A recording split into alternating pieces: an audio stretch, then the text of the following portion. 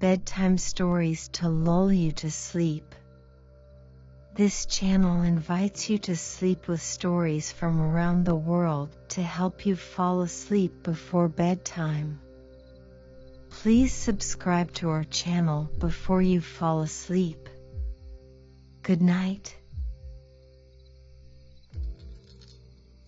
The Swineherd. There was once a poor prince who had a kingdom.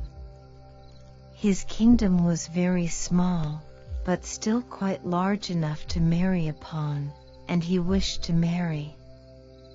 It was certainly rather cool of him to say to the emperor's daughter, "Will you have me?"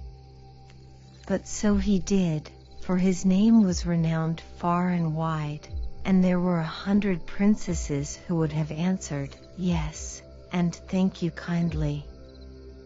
We shall see what this princess said. Listen. It happened that where the prince's father lay buried, there grew a rose tree, a most beautiful rose tree, which blossomed only once in every 5 years. And even then bore only one flower, but that was a rose. It smelt so sweet that all cares and sorrows were forgotten by him who inhaled its fragrance. And furthermore, the prince had a nightingale, who could sing in such a manner that it seemed as though all sweet melodies dwelt in her little throat. So the princess was to have the rose and the nightingale, and they were accordingly put into large silver caskets and sent to her. The emperor had them brought into a large hall, where the princess was playing at visiting with the ladies of the court, and when she saw the caskets with the presents, she clapped her hands for joy. "Ah, if it were but a little pussy-cat," said she, but the rose tree, with its beautiful rose, came to view. "Oh, how prettily it is made," said all the court ladies. "It is more than pretty," said the emperor, "it is charming." But the princess touched it, and was almost ready to cry. "Fie, papa," said she. "It is not made at all, it is natural." "Let us see what is in the other casket, before we get into a bad humor," said the emperor. So the nightingale came forth and sang so delightfully that at first no one could say anything ill-humored of her. "Superbe! Charmant!" exclaimed the ladies, for they all used to chatter French, each one worse than her neighbor. "How much the bird reminds me of the musical box that belonged to our blessed Empress," said an old knight. "Oh yes. These are the same tones, the same execution." "Yes. Yes," said the emperor, and he wept like a child at the remembrance. "I will still hope that it is not a real bird," said the princess. "Yes, it is a real bird," said those who had brought it. "Well then let the bird fly," said the princess, and she positively refused to see the prince.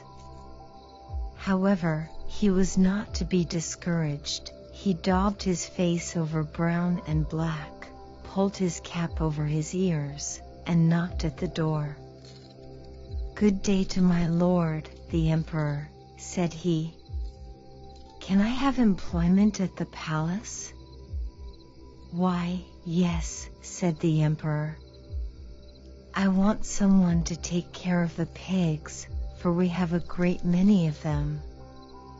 So the prince was appointed imperial swineherd. He had a dirty little room close by the pigsty, and there he sat the whole day and worked. By the evening he had made a pretty little kitchen pot. Little bells were hung all round it, and when the pot was boiling, these bells tinkled in the most charming manner, and played the old melody. ACH. Du lieber Augustine? Alles ist weg, weg, weg. Asterisk. Asterisk ah. Dear Augustine. All is gone, gone, gone. But what was still more curious, whoever held his finger in the smoke of the kitchen pot immediately smelt all the dishes that were cooking on every hearth in the city. This, you see, was something quite different from the rose. Now the princess happened to walk that way, and when she heard the tune, she stood quite still, and seemed pleased, for she could play Lieber Augustine. It was the only piece she knew, and she played it with one finger. "Why, there is my piece," said the princess. "That swineherd must certainly have been well educated. Go in and ask him the price of the instrument." So one of the court ladies must run in. However, she drew on wooden slippers first. "What will you take for the kitchen pot?" said the lady. "I will have 10 kisses from the princess," said the swineherd. "Yes, indeed," said the lady. "I cannot sell it for less," rejoined the swineherd. "He is an impudent fellow," said the princess, and she walked on. But when she had gone a little way, the bells tinkled so prettily. ACH. Du lieber Augustine?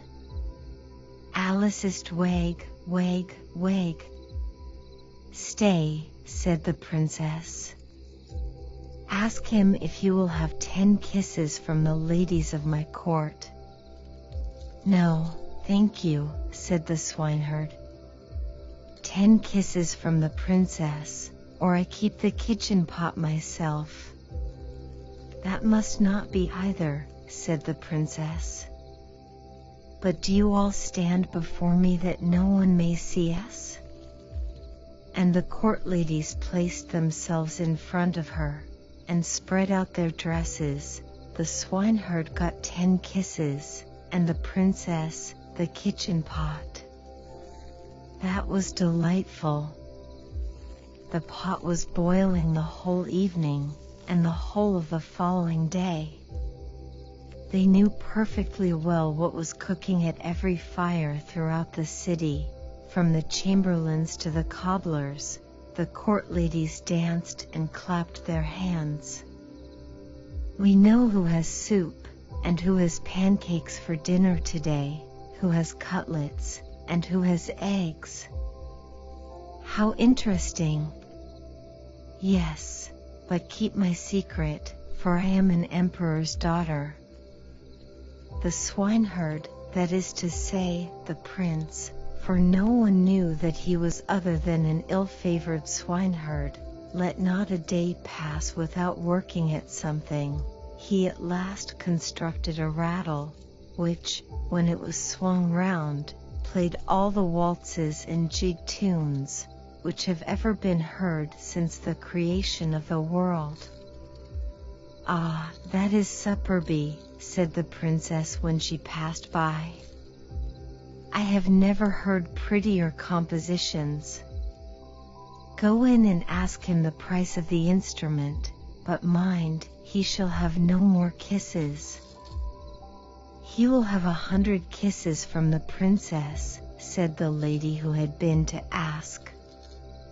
"I think he is not in his right senses," said the princess, and walked on. But when she had gone a little way, she stopped again. "One must encourage art," said she. "I am the emperor's daughter. Tell him he shall, as on yesterday, have 10 kisses from me, and may take the rest from the ladies of the court." "Oh, but we should not like that at all," said they. "What are you muttering?" asked the princess. If I can kiss him, surely you can. Remember that you owe everything to me." So the ladies were obliged to go to him again. "100 kisses from the princess," said he, "or else let everyone keep his own." "Stand round," said she, and all the ladies stood round her whilst the kissing was going on. "What can be the reason for such a crowd close by the pigsty?" said the emperor, who happened just then to step out on the balcony. He rubbed his eyes and put on his spectacles.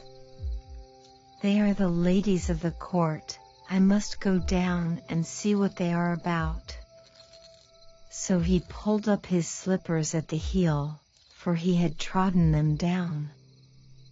As soon as he had got into the courtyard, he moved very softly, and the ladies were so much engrossed with counting the kisses, that all might go on fairly, that they did not perceive the emperor.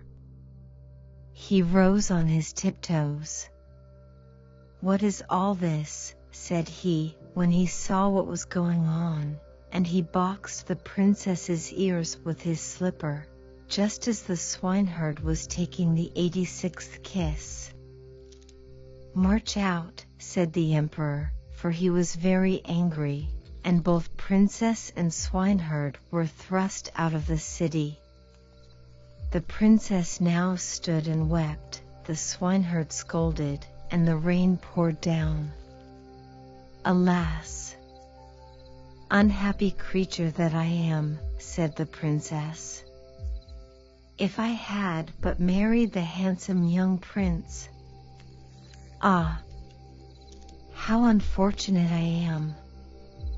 And the swineherd went behind a tree, washed the black and brown color from his face, threw off his dirty clothes, and stepped forth in his princely robes. He looked so noble that the princess could not help bowing before him. "I am come to despise thee," said he. "Thou wouldst not have an honorable prince. Thou couldst not prize the rose and the nightingale, but thou wast ready to kiss the swineherd for the sake of a trumpery plaything. Thou art rightly served." He then went back to his own little kingdom, and shut the door of his palace in her face. Now she might well sing. ACH. Du lieber Augustin? Alles ist weg, weg, weg.